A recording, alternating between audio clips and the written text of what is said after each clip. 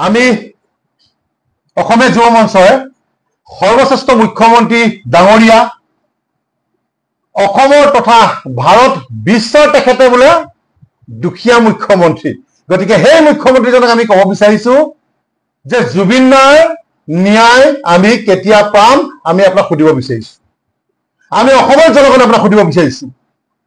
মৰিয়াই মাৰিলেও আমাক জুবিন দাৰ ন্যায় লাগিব গুলিয়াই মাৰিলেও আমাক জুবিন দাৰ ন্যায় লাগিব জেল ভৰালেও আমাক জুবিন দাৰ ন্যায় লাগিব সিধা কথা স্পষ্ট কথা আমি অসমৰ জনগণে তেতিয়ালৈকে আপোনাক এৰি নিদিওঁ যেতিয়ালৈকে আপুনি জুবিন দাৰ ন্যায় নিদিব ভাইমান থিয়েটাৰৰ দৰে নৃত্য নাটিকাৰ দৰে নাটকৰ দৰে আপোনালোকে যি ভেকু ভাওনা কৰি আছে অসমৰ জনগণে দেখি আছে গতিকে মুখ্যমন্ত্ৰী ডাঙৰীয়াৰ ওপৰত আমাৰ আস্থা আছিলে ভৰসা আছিলে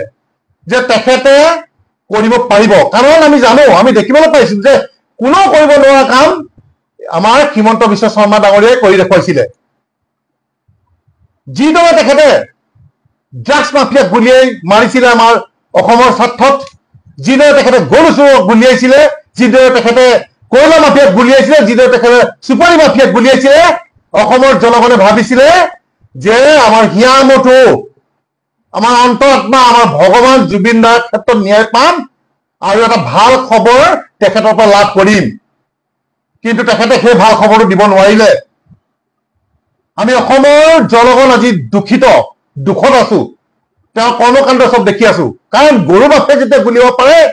ড্ৰাগছ মাফিয়াক গুলিয়াব পাৰে আমাৰ হিয়ামতোক যোনে মাৰিছে তাক গুলিয়াব নোৱাৰে এইটো কেনেকুৱা কথা আমি কিন্তু শান্ত এতিয়াও হোৱা নাই সিধা কথা স্পষ্ট ভাষা আপোনাক ক'ব বিচাৰিছো আমি কিন্তু এতিয়াও শান্ত হোৱা নাই মিয়াক আমি ভাবিছিলো মিয়াক যিদৰে আপুনি অবৈধ বাংলাদেশীক যিদৰে বলডেজাৰ চলাই হাজাৰ হাজাৰ ভূমি উচ্ছেদ কৰিছিলে হাজাৰ হাজাৰ ঘৰ ভাঙি দিছিলে আমি ভাবিছিলো এই কালপ্ৰিত শেখৰৰ ঘৰ আপুনি ভাঙি দিব আমি ভাবিছিলো সিদ্ধাৰ্থ শৰ্মাৰ ঘৰ আপুনি ভাঙি দিব আমি ভাবিছিলো শ্যাম কানুৰ ঘৰ আপুনি ভাঙি দিব কিন্তু আপুনি সেইটো নকৰিলে গতিকে অসমৰ জনগণে দেখি আছে আপুনি যিদৰে জম্প মাৰি আছে যে 2026ত আমি একো কৰিব নালাগে জিকি যাম এইটো আকাশত চাং কথা আপুনি নকব আকাশত চাং কথা আপুনি নকব অসমৰ জনগণ কিন্তু ৰৈ আছে অসমৰ জনগণে কিন্তু চাই আছে আৰু সময়ৰ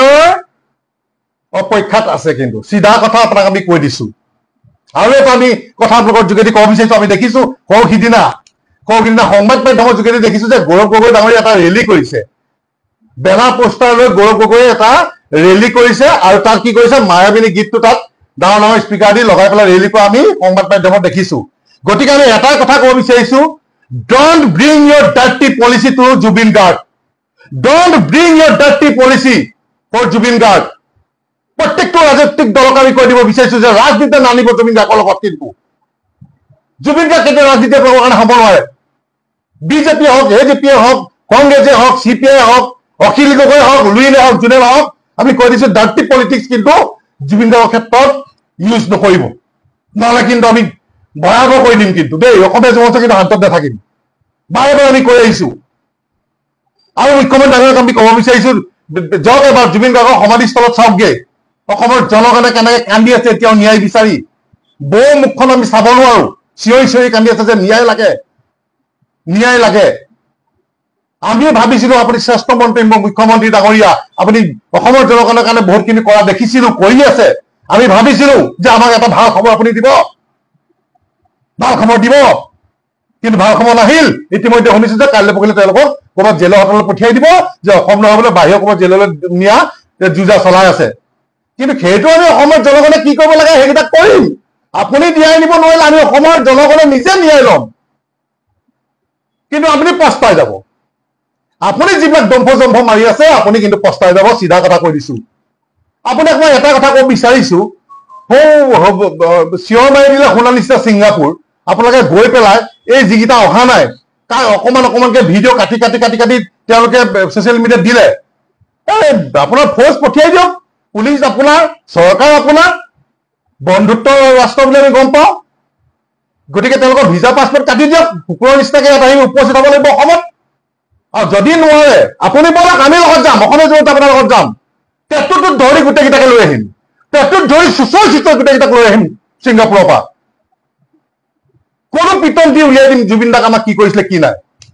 আৰু বিশেষকৈ পাইলটজন যিজন পাইলটে সেই ইয়টখন চলাই আছিলে সেইজনক আনিব লাগিছিলে সেইজন যদি তাৰ বাসিন্দা হয় তেখেতৰ সন্মানে আহিলে হয় তেখেতক সুধিলে জলপটপটকে ওলাই পৰিলেহেঁতেন হয়তো সেই ইয়টখনততো কেমেৰা আছে ভিডিঅ' কেমেৰা আছে গোটেই ফটেজকেইটা সংগ্ৰহ কৰিব পাৰিলেহেঁতেন আপোনালোকে কৈছে তাত গৈ আমি এনকুৱাৰী কৰিব ঠিকে আছে এনকুৱাৰী কৰিব নালাগে আমাৰ এই অসমৰ যিকেইটা ধুৰন্ধৰ কালপ্ৰিট যিকেইটা অসমৰ এছ'চিয়েশ্যনৰ নামত তাত আছে এইকেইটা কিন্তু চুচৰাই আনক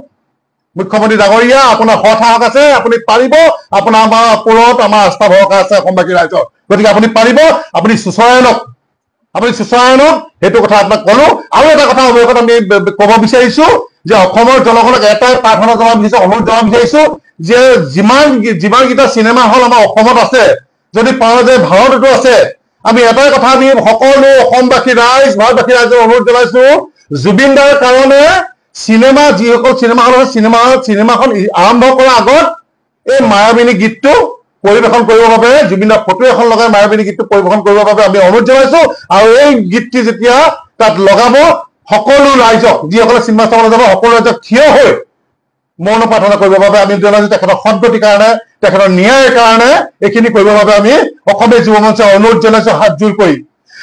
কৰি জুবিন দাৰ কাৰণে অনুৰোধ জনাইছো চিনেমা হল মালিকসকলক আমি অনুৰোধ জনাইছো যে চিনেমাখন আৰম্ভ কৰাৰ আগত আপোনালোকে মায়াবিনী গীতটো লগাওক আৰু তাত যিসকলে চাবলৈ যাব সেই চিনেমা চাবলৈ যাব তেওঁলোকে থিয় হৈ যাতে জুবিন দাৰ কাৰণে প্ৰাৰ্থনা কৰে ন্যায়ৰ কাৰণে যাতে প্ৰাৰ্থনা কৰে আমি অনুৰোধ জনাইছো সকলো অসমবাসী ৰাইজক